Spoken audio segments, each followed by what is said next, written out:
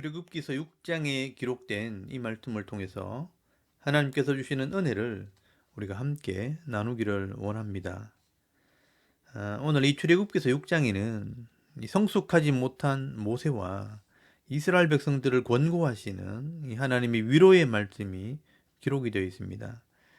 이 모세와 이스라엘 백성들은 이 바로 왕을 만나고 와서 더 어려운 현실을 만났을 때 이 하나님을 믿는 믿음이 흔들리게 됩니다. 그래서 하나님께서 다시 모세와 이스라엘 백성들에게 하나님이 어떤 분이신지, 하나님께서는 어떤 구원의 계획을 가지고 계시는지, 또 하나님께서 어떻게 일하시는지를 설명을 하게 됩니다. 그래서 2절 말씀에 보시면 나는 여호와라 너희 조상 아브라함과 이삭과 야곱과 언약한 여호와라고 말씀을 합니다. 여러분, 여기에 하나님께서 자신의 이름을 말씀하시는 이유는 하나님께서는 이 자신의 인격을 걸고 언약하시는 하나님이라는 것을 강조를 하는 것입니다. 여러분, 3절 말씀에 보시면 내가 아브라함과 이삭과 야곱에게 전능의 하나님으로 나타났으나 나의 이름을 여호와로는 그들에게 알리지 아니하였고라고 말씀을 합니다. 여기 잘 보시면 아브라함이나 이삭이나 야곱에게는 전능하신 하나님, 엘샤다이, 능력의 하나님, 엄청난 신으로는 나타났지만 이 여호와라는 이 서로 간에 언약하시는 하나님으로는 나타나지 않았다는 것입니다.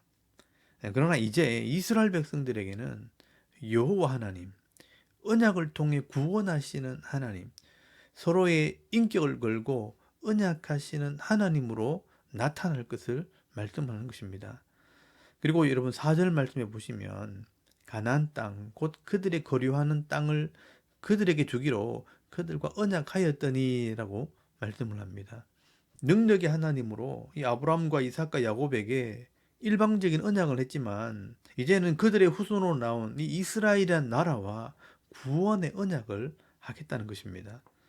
그래서 여러분 6절에서 7절까지 말씀해 보시면 그러므로 이스라엘 자손에게 말하기를 내가 애굽 사람의 무거운 짐 밑에서 너희를 빼내며 그들의 노역에서 너희를 건지며 편팔과 여러 큰 심판으로서 너희를 속량하여 너희를 내 백성으로 삼고 나는 너희 하나님이 되리니 나는 애굽 사람의 무거운 짐 밑에서 너희를 빼낸 너희의 하나님 여호와인 줄 너희가 알리라라고 말씀을 합니다. 여러분, 하나님께서 이 죄를 상징하는 애굽에서 너희를 건져내고 또 속량해서 죄값을 지불해서 하나님 백성이 되는 언약을 하겠다는 것입니다. 그래서 내가 여호와라고 말씀을 하시는 겁니다. 하나님께서는 이렇게 믿음의 뿌리가 흔들리고 있는 이 이스라엘 백성들에게 다시 한번 하나님이 어떤 분이신지를 말씀하고 있는 것입니다. 너희 조상들 때부터 약속하신 하나님이 지금 애굽에서 너희를 구원함으로 자기 백성 삼는 언약을 하시겠다는 것입니다. 그리고 여러분 8절 말씀해 보시면 언약을 하실 뿐 아니라 기업을 주시는 여호와라고 말씀을 합니다. 내가 아브라함과 이삭과 야곱에게 주기로 맹세한 땅으로 너희를 인도하고 그 땅을 너희에게 주어 기업을 삼게 하리라. 나는 여호와라 하셨다 하라라고 말씀을 합니다. 여러분, 하나님께서는요, 하나님이 어떤 분이신가 지금 세 가지를 말씀하셨습니다. 너희 조상들과 언약한 여호와, 또 죄에서 건져내는 구원하시는 여호와, 또 가나안 땅을 기업으로 주시는 여호와라고 말씀을 합니다. 그런데 이스라엘 백성들은 당시 이미 마음이 상했고 또 모세의 말을 들어도 현실이 힘들기 때문에 잘 믿어지지가 않습니다. 이게 성도들의 마음이고 사실 우리들의 마음이라고 보시면 됩니다. 여러분 9절 말씀에 보시면 모세가 이와 같이 이스라엘 자손에게 전하나 그들이 마음이 상함과 가혹한 노역으로 말미암아 모세의 말을 듣지 아니하였더라라고 말씀을 합니다. 여러분, 우리 삶의 현실이 힘들어지면 사실 신앙도 힘들어집니다. 이 모습을 잘 기억하시기 바랍니다. 성도는 다 이렇게 출발하는 것입니다. 여기서부터 하나님을 깊이 알아가고 성숙함으로 흔들리지 않는 성도로 자라나게 하시는 것입니다. 여러분, 모세도 마찬가지입니다. 하나님께서 다시 바로에게 가서 이 백성들에게 한 말을 전하라고 할 때 이 모세도 하나님께 한마디 합니다. 백성들도 나를 안 믿는데 바로가 어떻게 나를 믿겠습니까? 여러분 12절 말씀에 보시면요.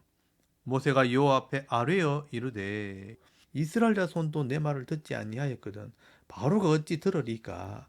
나는 입이 둔한 자니다 라고 말씀을 합니다. 사실 지도자도 별거 없습니다. 지도자도 똑같은 사람이기에 이런 마음이 들 때가 있다는 것입니다. 상황이 힘들어지면 항상 자신의 약점을 드러내는 것입니다. 이 모세의 약점은 입이 둔하다는 것입니다. 말을 잘 못한다는 겁니다. 여러분, 사람마다 이 성격이 내성적인 사람도 있고 반대로 성격이 과격한 사람도 있고 또 느린 사람도 있고 또 빠른 사람도 있습니다. 상대적이긴 하지만 이것이 장점이 될 수도 있고 약점이 될 수도 있습니다.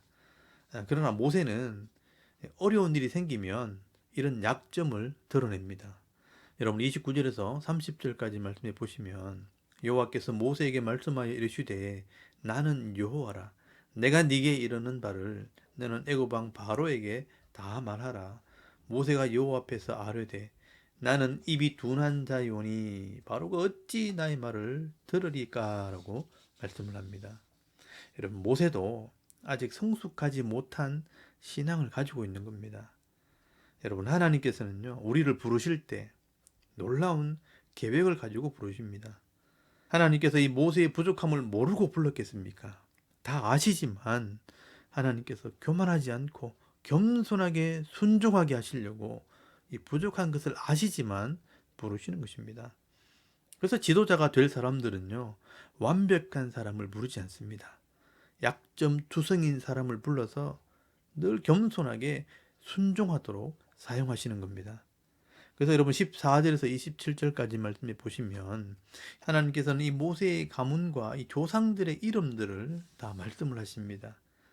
내가 모세와 아론을 모르는 것이 아니라는 것입니다. 그의 부모와 할아버지 때부터 지켜봤다는 것을 말씀을 하는 것입니다. 여러분 16절 말씀해 보시면 레위의 아들 중에 게르손과 고핫과 무라리 이 세 아들 중에서 고핫의 아들 이 아므람을 통해 아론과 모세를 낳게 했다는 것입니다. 그래서 20절 말씀해 보시면 아므람과 요게벳이 아론과 모세의 부모님이라 라고 소개를 합니다. 그리고 26절 말씀에 이스라엘 자손을 그들의 군대대로 애굽 땅에서 인도하라 하신 여호와의 명령을 받은 자는 아론과 모세요.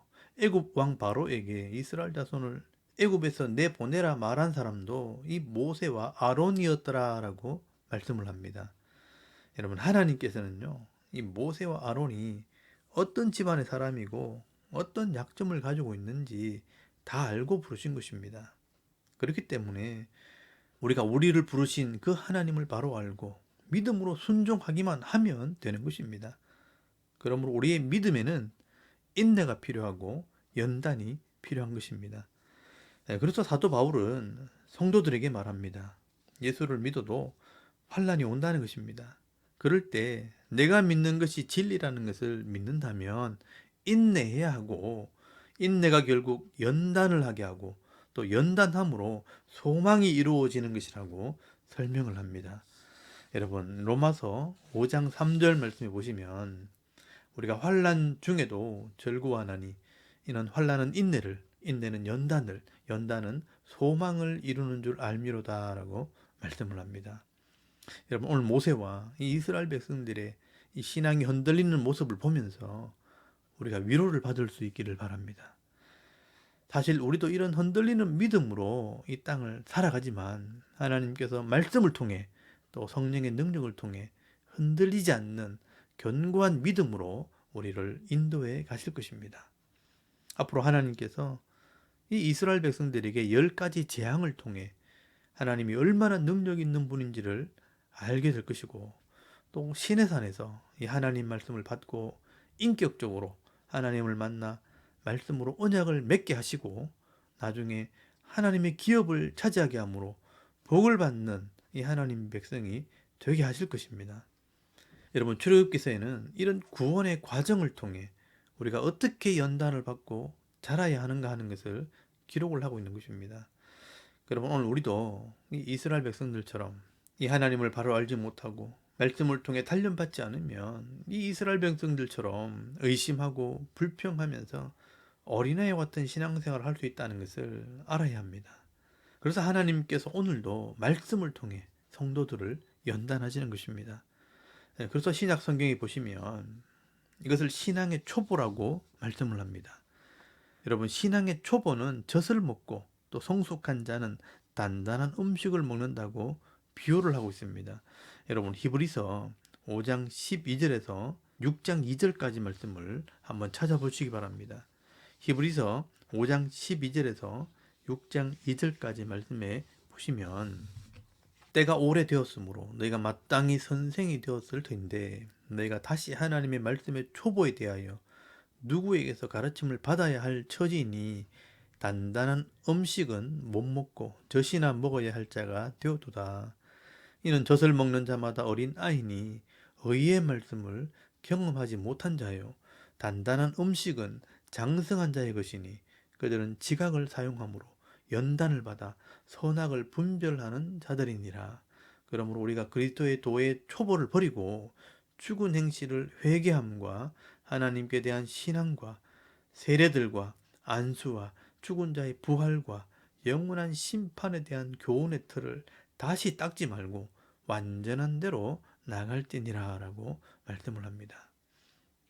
여러분, 우리 영적인 모습은 말씀으로 연단을 받아 자라지 않으면 계속해서 어린아이와 같은 신앙에 머물러 있게 된다고 말씀을 합니다. 조금만 어려움이 생겨도 스스로 그 문제를 해결하지 못하기 때문에 늘 울면서 불평하고 원망하는 이 어린아이와 같은 것입니다. 여러분, 13절 말씀해 보시면 이는 젖을 먹는 자마다 어린아이니 의의 말씀을 경험하지 못한 자요 라고 말씀을 합니다. 여러분, 이 어린아이와 같은 자는 의의 말씀을 경험하지 못한 자들입니다. 말씀을 통해 하나님을 알고 하나님을 인격적으로 만나서 성숙해야 분명한 믿음을 가지고 인생의 문제를 해결할 뿐 아니라 좀처럼 흔들리지 않는 이 신앙의 삶을 살게 되는 것입니다.